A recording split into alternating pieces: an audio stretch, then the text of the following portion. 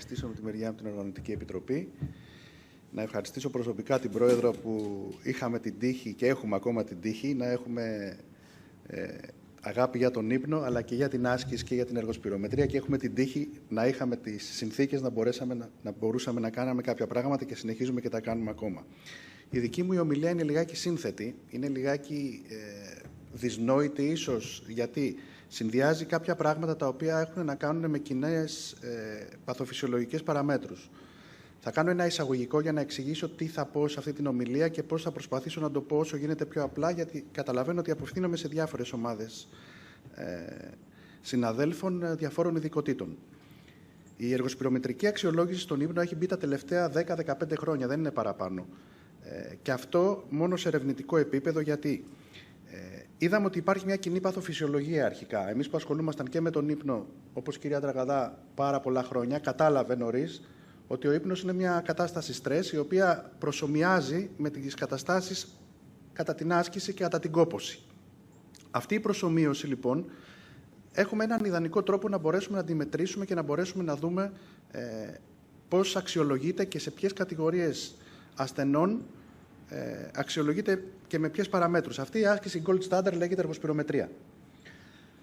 Αν παντρέψεις αυτή την άσκηση, την εργοσπυρομετρία, στο κομμάτι και της αξιολόγησης και της παρακολούθησης των ασθενών με υπνική άπνοια, παίρνεις πάρα πολλές πληροφορίες για τον ίδιο τον ασθενή, για την σημαντικότητα της θεραπείας με μη επεμβατικό ή μη στον ασθενή, αλλά και τη βαρύτητα της νόσου. Και τα τελευταία χρόνια, θα καταθέσω στο τέλος και τη βιβλιογραφία αυτής της ομιλίας, τα τελευταία χρόνια έχουμε φτάσει σε ένα σημείο να δουλεύουμε σε προγνωστικά μοντέλα πια. Δηλαδή, η εργοσπυρομετρία σαν προγνωστικό μοντέλο αρχίζει και μας δείχνει το δρόμο, ποιοι ασθενείς θα πάνε καλά, ποιοι ασθενείς δεν θα πάνε καλά, και ακόμα μας δείχνει ποιοι ασθενείς ίσως υποφέρουν με τι τύπου άπνοιας. Δηλαδή, κεντρικού τύπου, μεικτού τύπου ή αμιγώς αποφρακτικού τύπου. Θα προσπαθήσω να τα ξεδιαλύνω. Το θεωρώ αρκετά δύσκολο να τα πούμε μέσα σε αυτό το χρονικό διάστημα, αλλά θα ξεκινήσω. Ξεκινάω με τη φυσιολογία της άσκησης. Η άσκηση τι κάνει ουσιαστικά? Αυξάνει τον όγκο αίματος των φυσιολογικών τριχοειδών κατά τη διάρκεια της. Έχουμε αύξηση του αριθμού των κυψελίδων για την απομάκρυνση του διοξιδίου και για να διατηρηθεί η μερική πίεση του διοξιδίου και το pH σε αποδεκτά επίπεδα. Αυτά είναι οι βασικές αρχές της άσκησης. Πάμε σε κάποιους μηχανισμούς δύσπνοιας άσκησης. Ο βασικός μηχανισμός είναι η διαταραχή αερισμού αιμάτωσης με αύξηση του λόγου του φυσιολογικού νεκρού χώρου, δηλαδή ο λόγος VT. Αυτός είναι ο λόγος του νεκρού χώρου, ο οποίος είναι. Πριν την εργοσπυρομετρία αυτό το πράγμα δεν ήταν μετρήσιμο. Τώρα, κατά τη διάρκεια της εργοσπυρομετρίας, εμείς έχουμε τη δυνατότητα να μετρήσουμε τον νεκροχώρο, οπότε να ξέρουμε για τον ασθενή που υπάρχει νεκρός χώρος, αυξημένος νεκρός χώρος, να αρχίσουμε να ψάχνουμε και τα αίτια. Έχουμε αύξηση των κατιότων του υδρογόνου λόγω πρόωρης παραγωγής γαλακτικού οξέως, άρα έχουμε ταχύτερο αναερόβιο κατόφλι, αναερόβιο ουδό. Και αυτό είναι μετρήσιμο μέγεθος, δηλαδή πρακτικά τι σημαίνει αυτό, ότι πότε θα κουραστεί ο ασθενής? Υπάρχει μια μέτρηση του αναερόβιου οδού στην εργοσπυρομετρία που λέει το εξής. Εάν μπει ο ασθενής νωρίτερα από το 40% του προβλεπόμενου κατά αυτόν βάσει σωματομετρίας και ηλικία, σημαίνει ότι είναι παθολογικό, άρα κουράζεται πιο εύκολα. Διά του αποκλεισμού, λοιπόν, αρχίζουμε και βγάζουμε κάποιες κατηγορίες των ασθενών και από τα νοσήματα που πάσχουν φτάνουμε στο κομμάτι της υπνικής άπνοιας. Θα προχωρήσω αργότερα πάνω σε αυτό. Έχουμε το ΣΑΝ, το παθολογικό, το ΣΑΝ δεξιά προς αριστερά λόγω ανοιχτού οδούς τρύματος, αυτό εντάξει είναι γνωστό. Έχουμε το παθολογικό αγκιακό δίκτυο με μειωμένη κυκλοφορία ερυθρών. Πάμε τώρα στα κομμάτια της τι συμβαίνει στην άσκηση, τι συμβαίνει στην κατάσταση στρες, αλλά και τι μπορεί να συμβαίνει σε μια προσομοίωση της άσκησης σε έναν χρόνιο υπνοαπνοϊκό ασθενή. Έχουμε το σκελετικό μη ενός νεαρού υγιούς ατόμου που βλέπουμε τα μυτοχόνδρια της υπομεμβράνης και τα μυτοχόνδρια των μυοϊνιδίων. Τα κίτρινα είναι που πηγαίνουν προς τα μέσα. Είναι τα μυτοχόνδρια των μυοϊνιδίων και αυτά που πάνε προς τα έξω της υπομεμβράνης. Αυτό που βλέπουμε σε διαφορά σε σχέση με το μη ενός ηλικιωμένου είναι η κίνηση, η κινητικότητα. Δηλαδή, όταν έχουμε κίνηση των μυτοχονδρίων, είναι ένας υγιής μυϊκός ιστός. Άρα έχουμε ένα μυϊκό τόνο φυσιολογικό, άρα δουλεύουν όλα καλά σε γενικές γραμμές. Όταν ο μυς του ηλικιωμένου που έχει την υποκινητικότητα, έχουμε μειωμένη μυτοχονδριακή λειτουργία. Άρα έχουμε αυξημένη βλάβη mtDNA και έχουμε το λεγόμενο αυτό που έχουμε πει τα τελευταία χρόνια της μόδας, το χρησιμοποιούμε σε όλες τις λοιμώξεις, σε όλες τις φλεγμονές, μια αύξηση του οξυδοτικού στρες. Έχει αποδειχθεί ότι στην υπνική άπνοια έχουν βγει πάρα πολλά paper την τελευταία 25 ετία με αυξημένους δείκτες φλεγμονής. αυξημένη CRP, αυξημένη ταχύτητα και κάποιους πιο εξειδικευμένους που γίνανε στα ποντίκια τα τελευταία χρόνια, αν την έχετε ακούσει, τη ρεζιστίνη. Όλα αυτά έχουν προσομοιώσει και σε σύνδρομο υπνικής άπνοιας, αλλά και σε καταστάσεις στρες. Πάμε στο κομμάτι της οξείας αερόβιας άσκησης και προπόνησης στη μυτοχονδριακή βιογένεση. Υπάρχουν δύο είδη άσκησης, υπάρχει η οξεία και η χρόνια. Η αερόβια άσκηση και προπόνηση οδηγεί σε αύξηση του ρυθμού, του αριθμού, αύξηση του όγκου των μυτοχονδρίων και βελτίωση οξυδοτικής ικανότητας του μυϊκού κυτάρου. Η διαφορά της οξείας αερόβιας άσκησης με τη χρόνια είναι από έναν αριθμιστή. Η οξεία έχει ένα αριθμιστή που λέγεται συνεργοποιητής 1 του ενεργοποιημένου από πολλαπλασιαστές υπεροξυσωμάτων υποδοχεία Γ. Γιατί έχω βάλει αυτή τη διαφάνεια? Γιατί οι άνθρωποι που πάσχουν από υπνική άπνοια δεν έχουν αυτό το μηχανισμό. Αυτός ο μηχανισμός έχει να κάνει με οξεία αερόβια άσκηση. Αντίθετα, προχωράω αυτή τη διαφάνεια για να μην χάσουμε χρόνο. Αντίθετα, πάμε εδώ πέρα στις χρόνιες προσαρμογές άσκησης και στη μυτοχονδριακή βιογένεση με την άσκηση. Εδώ τι συμβαίνει? Εδώ έχουμε δύο μηχανισμούς, το fusion και τον fission. Το fusion είναι ένωση μυτοχονδριακών μεμβρανών και ο fission είναι διαίρεση και απομάκρυνση δυσλειτουργικών περιοχών που δεν συνεισφέρουν σε παραγωγή ATP. Έχει φανεί ότι σε ασθενείς που χρησιμοποιούν CPAP μετά από ένα χρονικό διάστημα minimum 6 μηνών, αρχίζει και υπάρχει μυτοχονδριακή βιογένεση. Σε αντίθεση με ασθενείς που δεν είχαν, άρα μιλάμε για προγνωστικό μοντέλο, δηλαδή η θεραπεία της υπνικής άπνοιας έχει να κάνει με μια θεραπεία σαν έναν ασθενή που έχουμε εμείς που ασχολούμαστε με την πνευμονική αποκατάσταση, που κάνει πνευμονική αποκατάσταση αυτούς με χάπη, αυτούς με καρδιακές ανεπάρκειες, για 6 μήνες, ένα χρόνο και αρχίζει και ενεργοποιείται μυτοχονδριακή βιογένεση. Άρα τα προγνωστικά μοντέλα μοιάζουν. Αυτό μας οθούν να προχωρήσουμε και να δούμε πώς μπορούμε να τα εξηγήσουμε πάντα με την παθοφυσιολογία, γιατί δυστυχώς ή ευτυχώς η παθοφυσιολογία είναι που μας ανοίγει τα μονοπάτια. Πάμε σε αυτό που λέμε περί άσκησης. Η προπόνηση αντοχής με κατάλληλη συχνότητα και ένταση. Αυτό το έχω βάλει με κόκκινο γιατί το κατάλληλη συχνότητα και ένταση, εάν δεν γίνει, είναι αυτό που λέμε λαϊκά και με το μυϊκό ιστόν και με το μη. Αντίστοιχα, αν δεν χρησιμοποιηθεί ένας καλός μη επεμβατικός μηχανισμός, δηλαδή μια θεραπεία η οποία είναι ανεκτή στον ασθενή, μπορεί να δημιουργήσει προβλήματα και να χαλάσουμε αυτό που θέλουμε να φτιάξουμε, δηλαδή την αύξηση της κίνησης των μυτοχονδρίων. Η αύξηση της μυτοχονδριακής πυκνότητας στον όγκο των μυτοχονδρίων φαίνεται μέσα σε διάστημα minimum 6 εβδομάδων. Άρα, πρακτικά, κάτω από 6 εβδομάδες, αυτό που λέμε και στην πνευμονική αποκατάσταση, αλλά αυτό που λέμε και στη θεραπεία με το CPAP, θέλουμε minimum 3 μήνες για να αρχίσει να δουλεύει πάνω στον ασθενή. Η αύξηση της αερόβιας απόδοσης ανεξαρτήτως των αλλαγών που επέρχονται από τη μικρότερη βελτίωση στη VO2max. Αυτό το βλέπουμε στην εργοσπυρομετρία, γιατί δεν ξέρω αν το καταλαβαίνετε, ίσως το έχω γράψει εγώ με έναν τρόπο λάθος. Τι κάνεις? Κάνεις μια εργοσπυρομετρία μετά από 3 εβδομάδες αφού έχει βάλει ένας ασθενής μια CPAP. Δεν θα δεις διαφορά στο VO2max. Αν το βάλεις όμως με πάνω από 6 εβδομάδες χρήσης του CPAP ή πάνω από 6 μήνες που θεωρούμε εμείς το ιδανικό, θα δεις μεγάλη διαφορά στο VO2max. Θα δεις μειωμένη παραγωγή γαλακτικού οξέους, το α-TAF, το αναερόβιο κατόφλι που λέγαμε, και αυξημένη οξύδωση. Εδώ βλέπουμε την επίδραση της χρόνιας αερόβιας άσκησης και προπόνησης στη μυτοχονδριακή βιογένεση. Πάλι μέσω της φυσιολογίας, της παθοφυσιολογίας, υπάρχουν 3 μεταγραφικοί παράγοντες με 3 κύρια μέρη που ευθύνονται γι' αυτό. Το πρώτο είναι η οξύδωση των λιπαρών οξέων, ο παράγοντας Γ είναι η λιπογένεση και ευαισθησία στην ινσουλίνη και Δ η αύξηση καταβολισμού του λίπους. Υπάρχει μια κατηγορία ασθενών, αυτοί που έχουν αντίσταση στην ινσουλίνη. Αυτό την χάνει να είναι και η διατριβή μου, την οποία έχω εκπονήσει με τη βοήθεια της κυρίας Τραγαδά, που είχαμε τους ασθενείς με ινσουλινοαντοχή. Φάνηκε σε αυτούς τους ασθενείς, σε προγνωστικά πάλι μοντέλα που έχουν κάνει άσκηση προ και μετά, ότι προσομοιάσαν με τους ασθενείς που ασχολήθηκα εγώ με τη διατριβή μου, που είχαν να κάνουν με υπνική άπνοια. Και πάμε τώρα στη μέτρηση και πώς μπορούμε να το δούμε αυτό πρακτικά στην καθημερινή πράξη. Η καρδιοαναπνευστική δοκιμασία κόπος είναι μία επεμβατική δυναμική μέθοδος και αξιολογεί 3 παράγοντες. Ο ένας είναι ο καρδιαγγειακός, ο δεύτερος ο αναπνευστικός και ο τρίτος ο μυοσκελετικός νευρικός.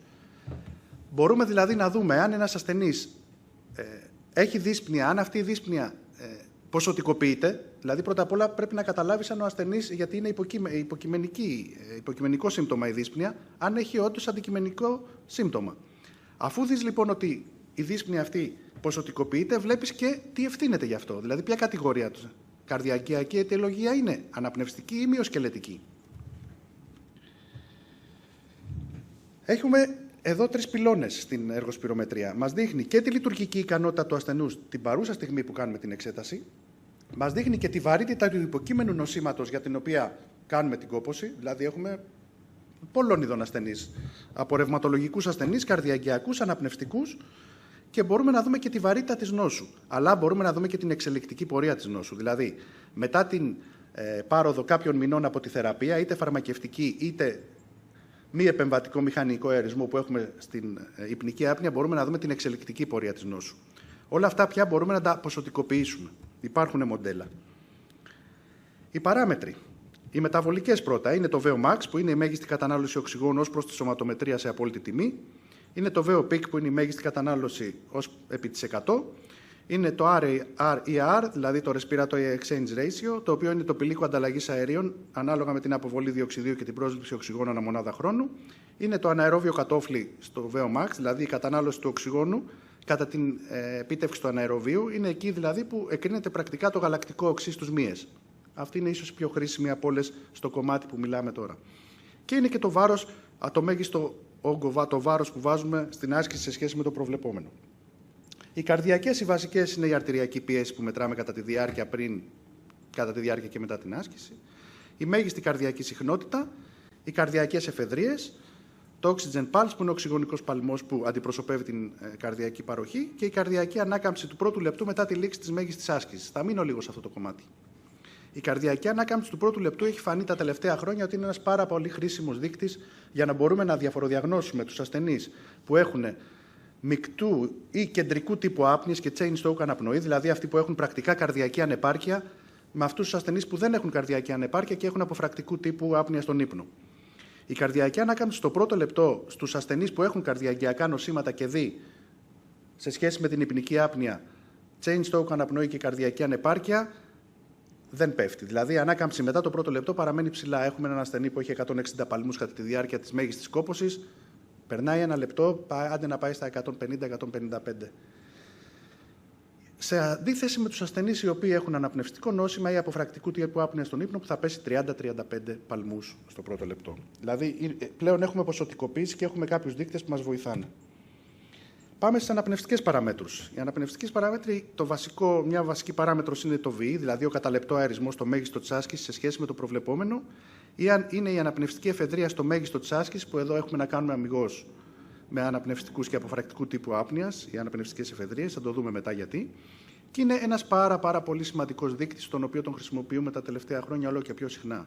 Είναι το slope που λέμε, η κλίση του αναπνευστικού ισοδυνάμου ως προς το διοξίδιο. Πρακτικά τι είναι αυτό? Είναι ο δείκτης που μας δείχνει σε σχέση με τον αριθμό των αναπνοών πόσο διοξίδιο εκρίνουμε και πόσο γρήγορα το εκρίνουμε αυτό το διοξίδιο. Αυτό σημαίνει η επεξήγηση αυτού του δείκτη. Γιατί μας είναι χρήσιμο αυτό? Έχει φανεί ότι είναι ο πιο σημαντικός πρώιμος δείκτης πνευμονικής υπέρτασης από όλες τις μεθόδους. Δηλαδή, αν βγάζεις τον καθητηριασμό, εντάξει, gold standard εξέταση, βγάζεις το υπέρηχο καρδιάς, το οποίο είναι εξέταση καρδιολογική.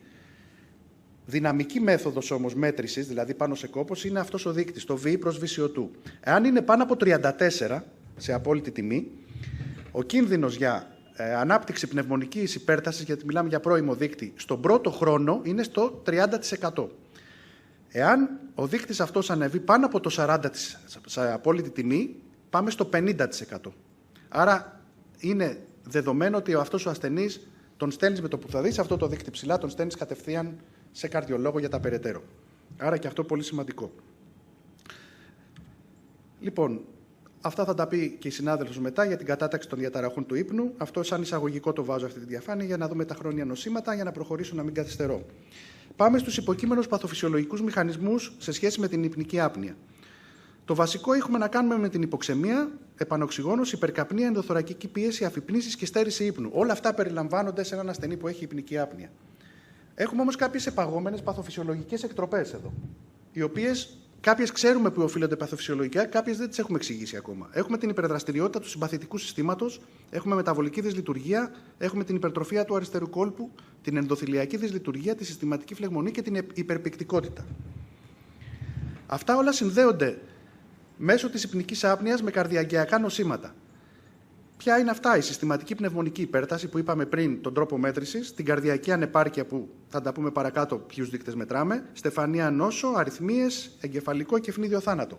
Όλα αυτά έχουν μια σύνδεση μεταξύ τους και εμείς τι θέλουμε να κάνουμε? Είναι να βρούμε ένα δείκτη και προγνωστικό, αλλά και ένα θεραπευτικό δείκτη για τους ασθενείς που έχουν υπνική άπνοια, ανεξαρτήτως τι τύπου άπνοιας έχουν. Αυτό τα τελευταία χρόνια έχει αναπτυχθεί με διάφορες δημοσιεύσεις που λένε το εξής, ότι ένας ασθενής που πάσχει από υπνική άπνοια κεντρικού τύπου και δεν έχει φανεί να πάσχει ο προμήκης, για παράδειγμα, γιατί όταν έχεις κεντρικού τύπου πρέπει να ψάχνεις τον προμήκη, ψάχνεις τη γέφυρα, κάτι να υπάρχει. Στο κεντρικό νευρικό δεν βρίσκεις κάτι. Και δεν πάσχει από καρδιακή ανεπάρκεια ή δεν έχει μια chain stroke αναπνοή που είναι φωσφανάριο ότι πρέπει να το ψάξεις γι' αυτό. Τι ψάχνεις μέσω της εργοσπυρομετρίας, τι θα βρεις? Τις περισσότερες των περιπτώσεων θα βρεις νευρομυϊκά νοσήματα ή μεταβολικά νοσήματα τα οποία δεν έχουν βγει στην επιφάνεια και θα βγουν την επόμενη διετία-τριετία. Δηλαδή, υπάρχουν πάρα πολλοί ασθενείς, για παράδειγμα, με μια ασθένεια γκράβης, οι οποίοι κυκλοφορούν γύρω μας, δεν έχουν ακόμα ταυτοποιηθεί. Υπάρχουν πάρα πολλοί ασθενείς με νόσο κινητικού νευρώνα που είναι στις αρχές τους, δεν έχει ακόμα ταυτοποιηθεί η νόσος, έχουν κάποια ερεθίσματα, αλλά ακόμα δεν έχουν μπει στη διαδικασία. Πάμε η επιδημιολογία για τον ύπνο. Προχωράμε. Τα διαγνωστικά κριτήρια, και αυτά νομίζω είναι γνωστά, θα τα πείτε παρακάτω. Οι συνοσιρότητες τώρα. Αυτή η διαφάνεια έχει μεγάλη σημασία. Η υπνική άπνοια είναι ανεξάρτητος παράγοντας κινδύνου για καρδιαγγειακά νοσήματα και ζαχαρόδι διαβήτη τύπου 2. Ένα αδιάγνωστο σύνδρομο άπνοιας στον ύπνο αυξάνει τον κίνδυνο εγκεφαλικού επεισοδίου 2 φορές και καρδιαγγειακά συμβάματα 5 φορές, όπως και τον κίνδυνο τροχαίων ατυχημάτων. Κάποιοι από αυτούς τους ασθενείς είναι αδιάγνωστοι και θα παραμείνουν αδιάγνωστοι μέχρι το σύνδρομο άπνοιας στον ύπνο να έρθει σε ένα επίπεδο σοβαρότητας που το καταλάβει το σύντροφος ή το ίδιος ο ασθενής για να έρθει. Δηλαδή η επινηλία φτάσει σε ένα τεράστιο επίπεδο. Πάρα πολλοί από αυτούς τους ασθενείς θα έχουν διαταραχές αερισμού αιμάτωσης, οι οποίοι θα φαίνονται σε κατάσταση στρες μόνο. Δηλαδή, σου λέει δεν έχω τίποτα άλλο, αλλά έχω μια δύσπνοια στην κόπωση. Τα τελευταία χρόνια δυσκολεύομαι να ανέβω σκαλιά, δυσκολεύομαι να κάνω. Το gold standard εξέταση εδώ είναι η εργοσπυρομετρία. Μπορεί να δεις πράγματα και μπορεί βάσει της εργοσπυρομετρίας, τουλάχιστον για εμάς που ασχολούμαστε και με τα δύο κομμάτια, το παραδέχομαι ότι είναι λίγο εξειδικευμένο και λίγο δύσκολο, αλλά εμείς έχουμε στείλει με την κυρία Τρακαδά, έχουμε δει από κόπωση ανθρώπους οι οποίοι πάσχουν και τους έχουμε βάλει για ύπνο. Και έχουμε δει ότι όντως είχαν πρόβλημα στον ύπνο ή ήταν πρώιμος δείκτης άλλων νευρομυϊκών νοσημάτων. Πάμε στους παθοφυσιολογικούς μηχανισμούς και τους φαινότυπους. Θα τα πει αργότερα η συνάδελφος, εγώ θα τα πω πολύ γρήγορα. Μικρός συγκλήσιμος ανώτερος αεραγωγός, υπερευαίσθητο σύστημα ελέγχου αερισμού, χαμηλό κατόφλι αφύπνισης, χαμηλή απαντητικότητα ή αποτελεσματικότητα φαρυγγικών μειών και κάποιοι άλλοι παράγοντες. Λοιπόν, και πάμε τώρα στις 3 κατηγορίες. Έχουμε χωρίσει βάσει της εργοσπυρομετρίας 3 βασικές κατηγορίες: καρδιαγγειακού, αναπνευστικού και μεταβολικού παράγοντα, ο οποίος ευθύνεται και θα μας δείξει τον δρόμο που μπορούμε να παραπέμψουμε τον ασθενή. Τώρα εδώ μιλάμε για το αυτόνομο νευρικό και την καρδιακή δυσλειτουργία, την πρώτη κατηγορία λοιπόν. Άρα η επαναλαμβανόμενη υποξία που χαρακτηρίζει το σύνδρομο αποφρακτικής άπνοιας στον ύπνο που οδηγεί εδώ σε αστάθεια αυτόνομου νευρικού, ενδοθηλιακή δυσλειτουργία, αγκιοσύσπαση, αρτηριακή πίεση που μεταβάλλεται κατά τη διάρκεια της άσκησης σε ασθενείς, και αυτό είναι πολύ σημαντικό, διαταραχή πνευμοναστρικού, αυξημένη συσσόρευση αιμοβιταλίων και αντίσταση στην ινσουλίνη. Πάμε λοιπόν στην εργοσπυρομετρία με κόκκινη βούλα. Είναι οι κατηγορίες που θα δούμε, παθολογικές κατηγορίες σε μια εργοσπυρομετρία σε ασθενή με καρδιαγγειακό νόσημα, το οποίο έχει να κάνει με σύνδρομο αποφρακτικής άπνοιας στον ύπνο όμως. Το χαρακτηριστικό είναι το μειωμένο heart rate. Δεν ανεβάζει heart rate, δεν ανεβάζει παλμούς. Αντίθετα, ανεβάζει πίεση ανεξάρτητα της κοπόσεως, δηλαδή ανεξάρτητα του βάρους που βάζεις, μπορεί να αυξομειώνει την πίεσή του. Το recovery, το βασικό αυτό που λέω exercise recovery, το recovery σε καρδιαγγειακό νόσημα, αυτό που είπα πριν.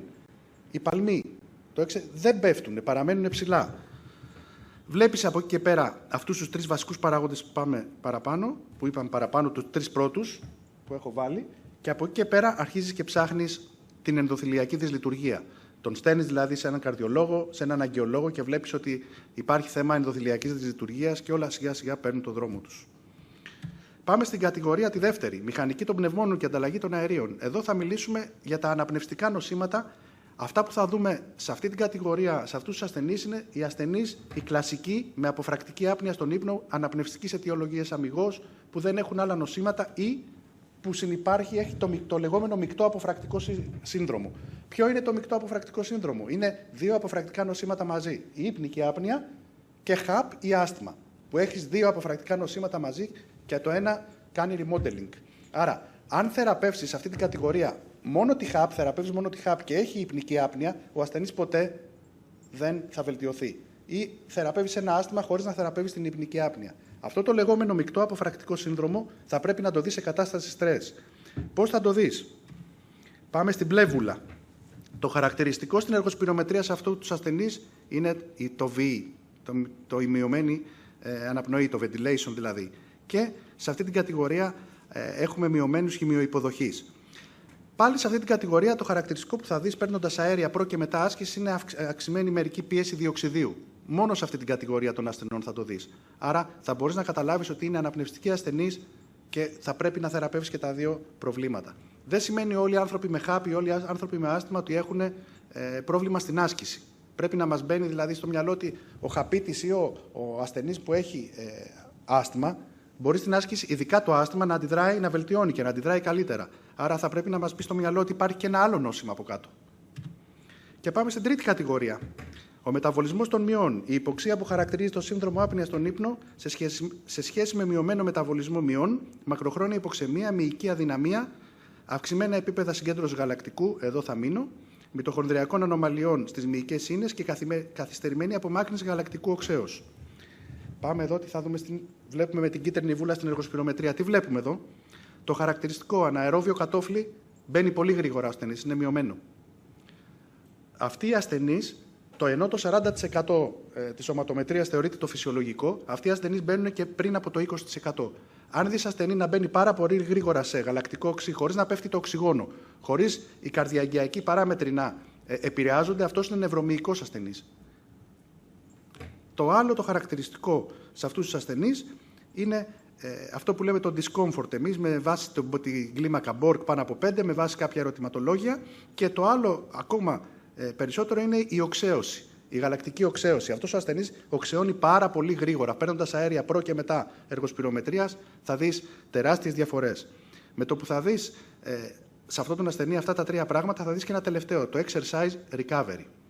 Το exercise recovery είναι σε αντίθεση με τον ασθενή τον καρδιαγγειακό που αργούν να πέσουν οι παλμοί και βλέπεις ότι αργούν όλα να γίνονται, εδώ γίνονται όλα γρήγορα. Η οξέωση γίνεται γρήγορα, διορθώνει γρήγορα, όλα δηλαδή με το που σταματάς την κόπωση 1, 2, 3 λεπτά, ο ασθενής είναι φυσιολογικός. Γι' αυτό δεν μπορεί να διαγνωστεί αυτός ο ασθενής, αν δεν κάνει εργοσπυρομετρία, γιατί στην καθημερινή πράξη δεν γυμνάζονται όλοι στα κόκκινα για να πεις ότι αυτός ο ασθενής θα φτάσει σε ένα σημείο να το δει. Άρα και αυτή είναι πολύ σημαντική μέθοδος, η εργοσπυρομετρία, για αυτή την κατηγορία των ανθρώπων. Εδώ παραθέτω τη βιβλιογραφία. Συμμετέχουν πάρα πολλοί Έλληνες του εξωτερικού σε αυτή τη βιβλιογραφία. Εμείς τα τελευταία 10 χρόνια αναπτύξαμε αυτό το κομμάτι. Ελπίζω ότι είμαι εντός χρόνου. Και σας ευχαριστώ. Το ξέρω ότι ήταν λιγάκι ίσως δυσνόητο, ίσως δύσκολο. Προσπάθησα σε αυτά τα λίγα λεπτά να το κάνω εύκολο και να δώσω τη βασική αρχή. Ποια είναι η βασική αρχή? Δύσπνοια στην κόπωση, κατευθείαν θα στέλνει τον ασθενή για εργοσπυρομετρία. Αφού υπάρχει αυτή η μέθοδος αυτή τη στιγμή, είναι πολύ εύκολο, είναι εύκολη, είναι ανέξοδη και είναι και πάρα πολύ βοηθητική για να δούμε πράγματα τα οποία δεν μας δείχνει η καθημερινή πράξη, η ιατρική μας στη δύσπνοια. Η δύσπνοια, επαναλαμβάνω, είναι υποκειμενικό. Αλλά υπάρχει τρόπος να την αντικειμενικοποιήσουμε. Σας ευχαριστώ.